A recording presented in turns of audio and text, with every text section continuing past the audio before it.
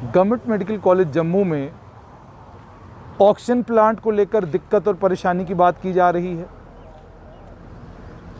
Government medical college में mechanical staff की कमी है, ये बात भी हो रही है और नए मैकेनिकल स्टाफ को एंगेज करने की बातें भी ज़ोरों शोरों से हो रही हैं। लेकिन सुपर स्पेशलिटी हॉस्पिटल की जब बुनियाद डाली गई और जब हॉस्पिटल को ऑपरेशनल करना था, उस हॉस्पिटल को ऑपरेशन करने के लिए जिन युवाओं को एंगेज किया गया मैकेनिकल स्टाफ के तौर पर, वो कोर्ट गए। कोर्ट जाने पर उन्हें किसने मजबूर किया, वो कोर्ट क्यों गए? कोर्ट से एक फ़ैसला लाया कि उनकी जो पेंडिंग वेजेस हैं वो उनको दे दी जाएं, रेगुलराइज किया जाए उनको। कोर्ट के ऑर्डर की भी अवहेलना की है स्वास्थ्य विभाग ने। क्यों की है, किस लिए की है, इस सब पर बात करने के लिए मेरे साथ हैं पुनीत शर्मा। ये इन जितने भी ये युवा हैं इनके प्रधान हैं। पुनीत जी, सबसे पहले मुझे ये बताइए कि आप लोगों को लगाया कब गया था, किस एसआरओ के तहत लगाया गया था और कितने लोग लगाए गए थे? सर, सबसे पहले मैं आपका शुक्रिया अदा करता हूं और ये स्टेट लाइन वालों का जो आप हमारी आवाज़ बुलंद कर रहे हैं, उसके लिए मैं आपका तहे दिल से शुक्रिया अदा करता हूं। सर, मेरा नाम पुनीत शर्मा है और मैं नीड बेस्ड यूनियन का वर्कर हूं मेडिकल हॉस्पिटल का। सर, हमको लगाया गया था sir time to time mechanical division की तरफ से और हॉस्पिटल में। ठीक है जी। और ये 239F SRO निकाला था गवर्नमेंट ने 2005 में। ठीक। तो उसके अंडर हमको लगाया गया था। ठीक। सर, ये 1997 से भी हैं लड़के, कुछ 2005 से हैं, उसके बाद 2009 है, 7 है, 8, मतलब कि टाइम टू टाइम सबको अपॉइंट किया गया। उसके बाद जब सुपर स्पेशलिटी बन रहा था, CPWD जो सेंटर की टीम है, उन्होंने इनको हायर किया लड़कों को और पूरा ट्रेन किया कि हाँ जी हमारे ये चलाना है आपको। क्या क्या ट्रेन किया? सर, इसमें RO प्लांट आता है, गैस प्लांट आता है, सर ऑक्सीजन AC प्लांट्स आते हैं, CSSD आती है, एम्बुलेंसेस आती हैं, लिफ्ट ऑपरेटर आते हैं, लिफ्ट मैकेनिक आते हैं। सर, जितने भी इलेक्ट्रोमैकेनिकल डिवाइसेस हैं वहाँ पे सभी को इनको अपॉइंट किया गया था। ठीक। और ये हमारे पास कुछ डॉक्यूमेंट्स भी हैं जिसमें ये क्लियरली मेंशन है कि ये as per the instruction of honourable health minister Taj Moinuddin साहब उस टाइम के, उन्होंने उनकी कहने पे लगाया गया था स्टाफ, ताकि स्टाफ की ज़रूरत थी और हॉस्पिटल का ऑपरेशन करना था। ठीक।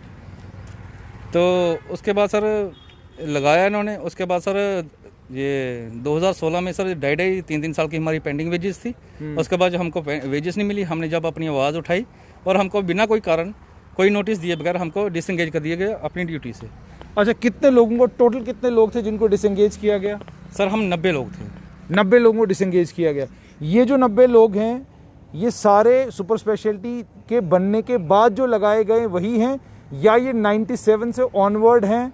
उसमें कुछ 97 वाले भी हैं, 2005 वाले भी हैं, और जो सुपर स्पेशलिटी के बनने के बाद लगाए गए वो भी हैं?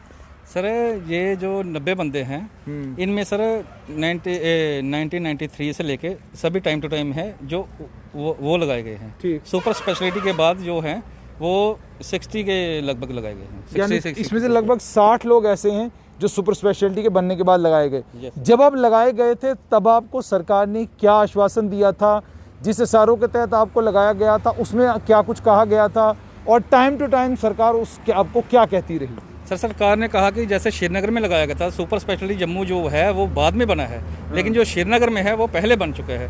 वहाँ पे भी ये मैकेनिकल बंदे लगाए गए थे जो टाइम टू टाइम 2005 में ही इनको परमानेंट कर दिया गया है। लेकिन जो जम्मू के साथ जो भेदभाव शुरू से होता आया है वो आज तक भी हो रहा है।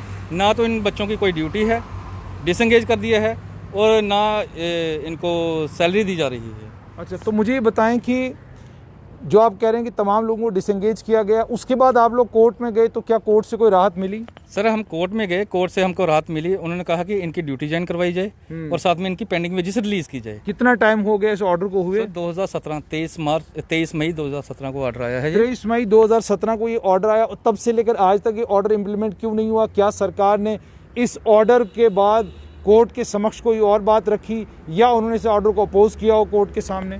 सर, कोई अपोज नहीं किया।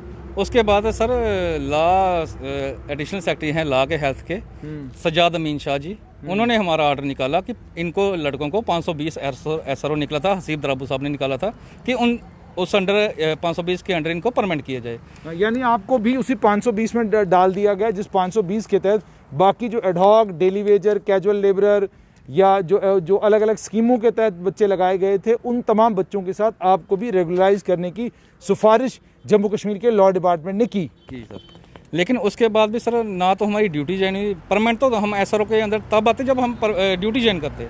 इन्होंने ना हमारी ड्यूटी ज्वाइन की, इन्होंने पता नहीं पर्सनली ले लिया कि नहीं जी हमने इनको रखना ही नहीं है। अब रखने का मतलब ये मेरे को समझ नहीं आया आज तक।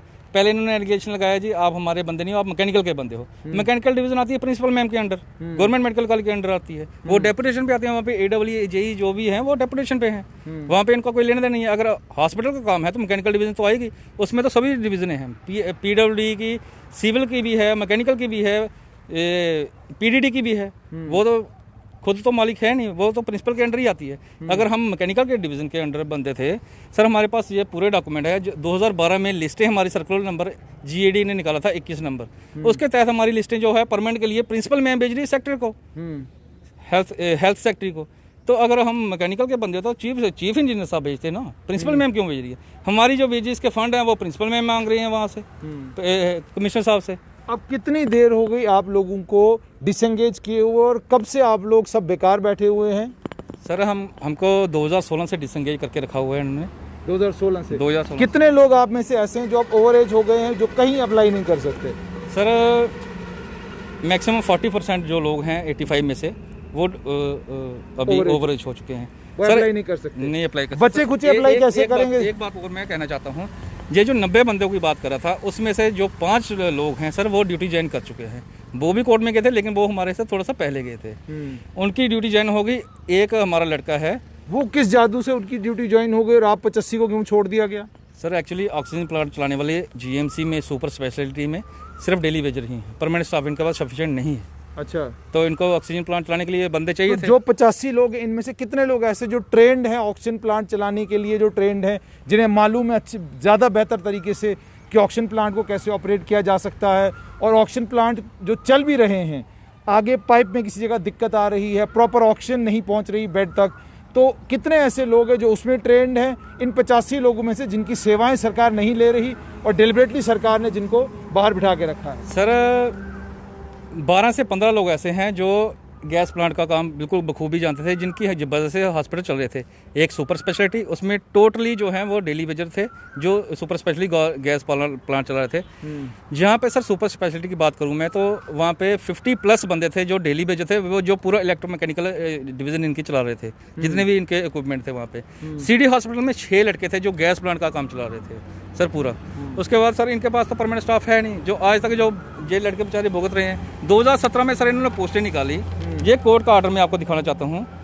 इसमें ये लिखा, आलोक आराधे का ऑर्डर है। Yes sir. It is directed that respondents shall finalize the selection process only after giving consideration to the cases of the petitioners for regularization by a speaking order in accordance with law. With the aforesaid direction MP number 2/2017 is disposed of. तो ये तो justice आलोक आराधे ने साफ तौर पर इनको ये कहा है कि आप सिलेक्शन प्रोसेस को तब फाइनलाइज करेंगे जब तक कि जो पेटिशनर्स हैं उनके केसेस को आप कंसिडर नहीं करते। ये तो कोर्ट का ऑर्डर भी है। इस कोर्ट के ऑर्डर को लेकर क्या कहना है सरकार का? सर इस कोर्ट को लेकर कुछ भी कहना नहीं है सर। इनके अब ये बर्फ जम चुकी है, ये पिघल नहीं रही है, अब कोर्ट को ही नहीं मान रहे हैं किसी। अगर आपके हिसाब से अगर आपकी मान जाए तो वो बहुत बड़ी गनीमत होगी। ये 2017 का ऑर्डर में जो मैंने आपको बताया, ये सभी ऑर्डर कापियाँ हैं जो प्रिंसिपल मैम ने। मुझे ये बताइए, जब ये कोर्ट की नहीं मानते, जो जज साहिबान हैं, क्या वो इनको कंटेम्प्ट में नहीं बुलाते कि भाई आपको हमने ऑर्डर दिया, आपने हमारे ऑर्डर की अवहेलना की, आपने ऑर्डर माना नहीं, आप आइए यहाँ कंटेम्प्ट में, हम आपकी क्या कहते हैं खिदमत करते हैं। सबसे बड़ी बदकिस्मती ये है कि जब ये कोर्ट के ऑर्डर आए हैं तो कंटेम्प्ट लगाई हुई थी, तो ये कोविड का केस हो गया शुरू। फिर पहले 370 टूट गई, 35 से टूट गई। उसके बाद हुआ कि हम आपके लिए कैट बना रहे हैं, जो सर्विस के केसेस होंगे वो कैट में फंसे रहे, हम उसमें फंसे रहे सर। उसके बाद कोविड हो गया सर। उसके बाद फर्स्ट वेव के बाद अभी सेकंड वेव आ गई सर। तो इसमें वो कहते होंगे कि जनाब हम तो बिजी हैं कोविड के साथ सर, जब इससे छुटकारा मिलेगा फिर आपसे बात करेंगे। कोर्टें तो बंद है सर। और तो मुझे बताएं कि आप लोग कॉन्फ्रेंस से तो होती नहीं है सर। मुझे ये बताएं कि आप लोग अपने घर का पालन पोषण कैसे करते हैं? आप जितने भी ये लड़के आपके साथ हैं, इनके घर कैसे चल रहे हैं? और आपके सफ़ेद बाल ये भी बता रहे हैं कि शादी भी हो चुकी होगी और अब परिवार भी बस चुका होगा, और उसके बाद आपको कह दिया गया आप घर जाइए जनाब, छुट्टी हो गई आपकी। सर ये सभी ट्रेंड लड़के हैं, ITI डिप्लोमा होल्डर हैं सर। ये कोई अनपढ़ तो है नहीं सर। कोई किसी की गाड़ी चला रहा है, कोई किसी के घर में काम करे, किसी दुकान में काम करे। अब तो लॉकडाउन हो गया, इनके तो भूखे मरने की नौबत आ गई। सरकार ने हमारी सुन ली। 2.5 साल की है, अभी भी हमारी पेंडिंग वेजेस पड़ी हुई है जो सरकार ने हमारी देनी है। नहीं दे रहे हैं। नहीं दे रहे हैं सर, ना ये कोर्ट का ऑर्डर मानते हैं, ना किसी अफसर का मानते हैं। सर मैं आपको बता दूं, ये अभी स्वास्थ्य विभाग के सेक्रेटरी साहब क्या कहते हैं? सर सेक्रेटरी साहब से तो बात नहीं हुई, ये हमने एक रिप्रेजेंटेशन दी थी सर एडवाइज़र साहब को। एडवाइज़र साहब ने ये डुल्लू साहब को लिखी हुई है, कमिश्नर साहब को। कमिश्नर साहब ने प्रिंसिपल मैम को लिखी हुई है 5/4/2021 की। सर ये आज तक इसके ऊपर भी कोई वो नहीं हुआ है, ये आप खुद देख सकते हैं। इसे कहते हैं तमाशाए अहले करम देखते हैं कि बस वो मार्क करने वाला सिलसिला जम्मू कश्मीर में जारी है। एक उम्र आपको आपके कागज़ मार्क कराते कराते गुजर जाती है, बची खुची उम्र कोर्टों में केस लड़ते लड़ते ख़त्म हो जाती है, और जब आपको रेगुलराइज़ किया जाता है या जब आपको नौकरी दी जाती है तब आपकी कमर टेढ़ी हो गई होती है और आप इस काबिल नहीं होते हैं कि आप वो काम कर सकें जिस काम के लिए आपको इनिशियली एंगेज किया गया था। कमाल की सरकार है कि आप देख सकते हैं ये रिप्रेजेंटेशन सेवा सिंह बाली ने दी है, और इसमें ये कहा गया है कि ये मैकेनिकल डिपार्टमेंट के जो मुलाजमीन इनकी तनख्वाह जो है वो रिलीज़ कर दी जाए। ये OSD साहब जो एडवाइज़र साहब के हैं उनने बाज़ाब्ता इस पर अपने दस्तखत किए हैं। उसके बाद ये चली गई है financial commission health and medical education के पास, वहाँ से ये मार्क होकर पहुँची है प्रिंसिपल GMC जम्मू के पास, और इस पर अंग्रेज़ी में लिखा गया please look into this issue. ये please look into this issue, ये शायद मैंने भी अपने 14 साल की पत्रकारिता में 14,000 कागज़ों के ऊपर लिखा हुआ देखा होगा, और वो 14,000 कागज़ जो हैं डोगरी में कहते हैं रुल रहे हैं मगर उनका कुछ बन नहीं रहा।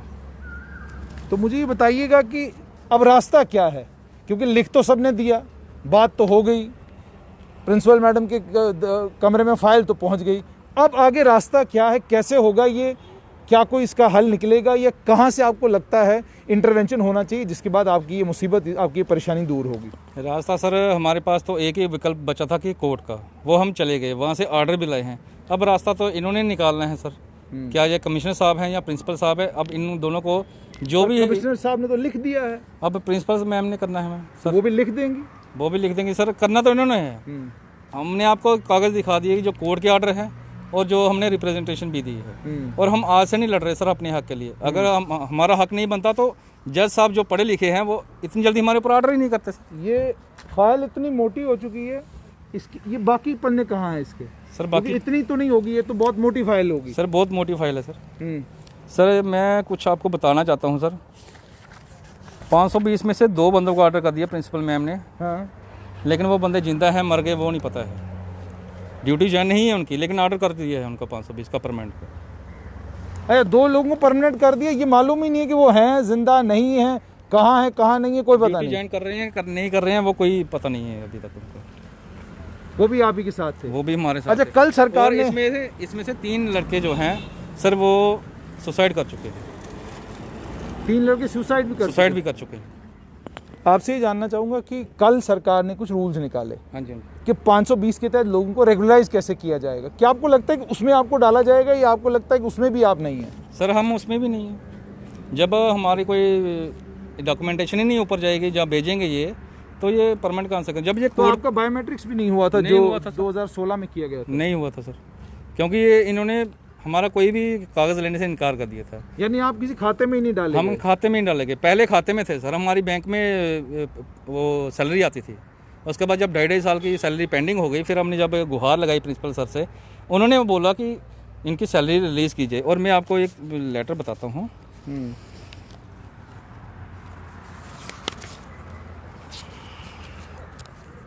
एक मिनट। ये कभी कहते हैं सर कि आप हमारे बंदे नहीं हैं। ये सर अनीस चौधरी साहब हैं, principal government medical college Jammu के। 2012 में secretary to government health and medical education को ये लिस्टें भेजने परमानेंट के लिए, ये GAD सर्कुलर निकला था सर इसका। नहीं, कागजात तो देखिए, बात तो बड़ी साफ है, कागजात तो इनके पास सारे हैं। ये जो गट्ठा है अगर ये खोलने लगेंगे तो पूरा कच्चा चिट्ठा बाहर आ जाएगा इससे। विनम्र विनती और आग्रह principal secretary financial commission health and medical education से कि ये पूरी फाइल आपके पास पड़ी होगी, और ये 85 के करीब करीब लड़के हैं, इन्हें रेगुलराइज क्यों नहीं किया जा रहा, इन्हें 520 में डाला क्यों नहीं जा रहा, ये एक बड़ा सवाल है। ये सर 2015 को हमने जब अपनी सैलरी के लिए बात की तो ये सर जाहिद गिलानी सर हैं प्रिंसिपल, इन्होंने भेजा सर सेक्रेटरी साहब, हाँ सेक्रेटरी साहब और सेक्रेटरी साहब ने फिर पहले कुछ क्वेश्चन पुट अप किए थे जो इन्होंने प्रिंसिपल सर ने जवाब दिया उनको।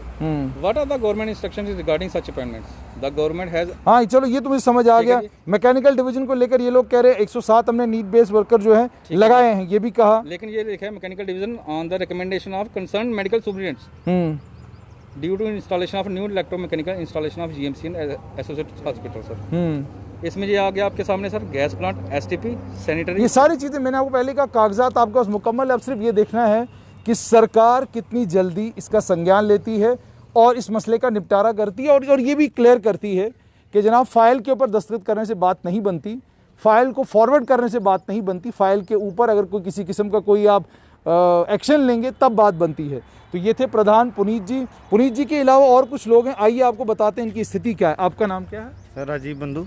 राजीव जी क्या करते हैं आजकल? मैं गैस प्लांट आजकल तो मैं किसी की गाड़ी चला रहा हूँ। गाड़ी चला रहे हो? हाँ जी। गैस प्लांट कितनी देर आपने गवर्नमेंट मेडिकल कॉलेज का चलाया? सर मैंने 5 साल गवर्नमेंट मेडिकल का चलाया। 2013 में मैं लगा था और 2016 में इन्होंने हमें 17 में निकाल दिया। हाँ जी। बताया कोई वजह? कोई वजह नहीं? कोई वजह नहीं बताई। उस समय जब चलाया था तो उस समय मैं उधर अकेला ही था। तो अब तो लॉकडाउन है, लॉकडाउन के बीच में आप गाड़ी तो चलेगी नहीं लॉकडाउन के बीच में, तो क्या करेंगे? सर वो जो मालिक हैं वो भी कह रहे हैं कि काम तो है नहीं, तो वो भी अभी सैलरी तो दे रहे नहीं है, तो वो कह रहे हैं कि आप घर में देखो, अगर आपको कहीं पे काम लगता है तो करो, नहीं है तो आप भी छुट्टी करो। आपके परिवार में कितने लोग हैं? सर मेरे परिवार में पहले 5 लोग थे। मम्मी थी, मम्मी की भी डेथ हो गई, और मेरे पापा हैं, मेरा एक छोटा बेबी है और एक मिसेज है। 3 लोग हैं? हाँ जी। तो आप कैसे चलाते हैं परिवार अपना? सर अभी तो मैं तो फिलहाल अभी ऐसे ही कर रहा हूँ, कहीं से रेडी लगा लेता हूँ या सब्जी का देखता हूँ कि काम चल जाए और अपना घर का गुजारा चल जाए। अभी तो अब घर में बेले ही बैठे हुए हैं। लगता है आपको सरकार रेगुलराइज करेगी? सर मेरे को तो नहीं लगता कि ये सरकार हमारी सुनेगी, क्योंकि जिन्होंने 5 साल से नहीं अभी तक इतना देखा, तो अब कहाँ ये देखेगी। जब इनको ज़रूरत थी तो तब इन्होंने हमसे काम ले लिया। अब आज भी तो ज़बरदस्त ज़रूरत है, क्योंकि गैस प्लांट चलाने हैं, गैस की ऑक्सीजन की ज़बरदस्त ज़रूरत है। सर ज़रूरत है तो हम बोल रहे हैं कि इनको हमें रखो, हम थोड़ा बोल रहे कि नहीं हम आपको सेवा देंगे। कोर्ट के ऑर्डर को भी नहीं मांगे? इन्होंने नहीं माना कोर्ट के ऑर्डर को भी। आइए कुछ और लोगों से आपको मिलाएं ताकि आपको ये पता चले कि ये लोग आजकल कर क्या रहे हैं। क्या नाम है जी आपका? शक्ति शर्मा सर। शक्ति जी क्या करते हैं आजकल? आजकल सर खेती बाड़ी जी सर। तो आप करते क्या थे गवर्नमेंट मेडिकल कॉलेज में? सर मैं सुपर स्पेशलिटी में आरओ प्लांट ऑपरेटर था सर। अच्छा। जो डायलिसिस में पानी जो यूज़ होता है पेशेंट के लिए, वहाँ पे आरओ प्लांट में देखता था सर सारा। अच्छा। तो बाहर से आरओ प्लांट आया, उसकी ट्रेनिंग भी मुझे मिली, तो जो लगाते थे, काम करने आते थे, उनकी हेल्प भी करते थे। तो पानी जो डायलिसिस में यूज़ होता था वो सारा मेरे हैंड से होता था सर। अच्छा। तो आप कब लगे थे, कब निकले? सर 2013 में लगा था सर मैं। हाँ। तो इनके साथ ही, भैया के साथ ही, मेरी बिना कुछ बताए मुझे बाहर निकाल दिया उन्होंने। तो अब घर कैसे चलता है? सर वही मेहनत मजदूरी, और क्या करना सर। कितने लोग हैं घर में? सर मेरी 3 सिस्टर थी, उनकी मैरिज हो गई है, 3 भाई थे, एक फादर हैं, तो घर का खेती बाड़ी का या जो भी लेबर का मिल जाए उससे गुजारा हो जाता है सर। ध्यान से सुनिएगा, प्रशासन के लोग, सरकारी बाबू सुन लें कि क्या काम कर रहे थे ये लोग और आपने क्या काम करने पर इनको मजबूर किया है। क्या नाम है आपका? नमस्कार सर, मेरा नाम है राकेश मेहरा जी। राकेश जी क्या करते हैं आजकल? सर मैं शॉपकीपर पे सर काम करता हूँ जी, किसी की दुकान पे काम हाँ जी सर। पहले क्या काम करते थे? सर पहले मैं सुपर स्पेशलिटी में पंप ऑपरेटर था सर। Pump operator? हाँ जी। कब लगे थे? सर मैं 2013 में 25 अप्रैल को सर मैंने ज्वाइनिंग डाली थी जी। उसके बाद छुट्टी कब कर दी आपकी? सर 15 सितंबर 2016 को इन्होंने डिसंगेज कर दिया, जब हमने सैलरी मांगी 28 महीने की। वो 28 महीने की तनख्वाह भी नहीं मिली? नहीं मिली सर। अच्छा, तो आजकल क्या करते हैं? सर वही शॉप पे हूँ, तो शॉप भी बंद, अब घर पे फ्री बैठे हैं जी। सर 2 छोटे बच्चे हैं जी, एक 3 साल का बेटा है और 6 मंथ की गुड़िया सर। बड़ा मुश्किल हो रहा है सर, बहुत ज़्यादा। तो आपने सुन लिया साफ तौर पर कि ये वो लोग हैं जिन्हें सरकार ने 2013 में अपॉइंट किया था, 1997 में अपॉइंट किया था, 2005 में अपॉइंट किया था।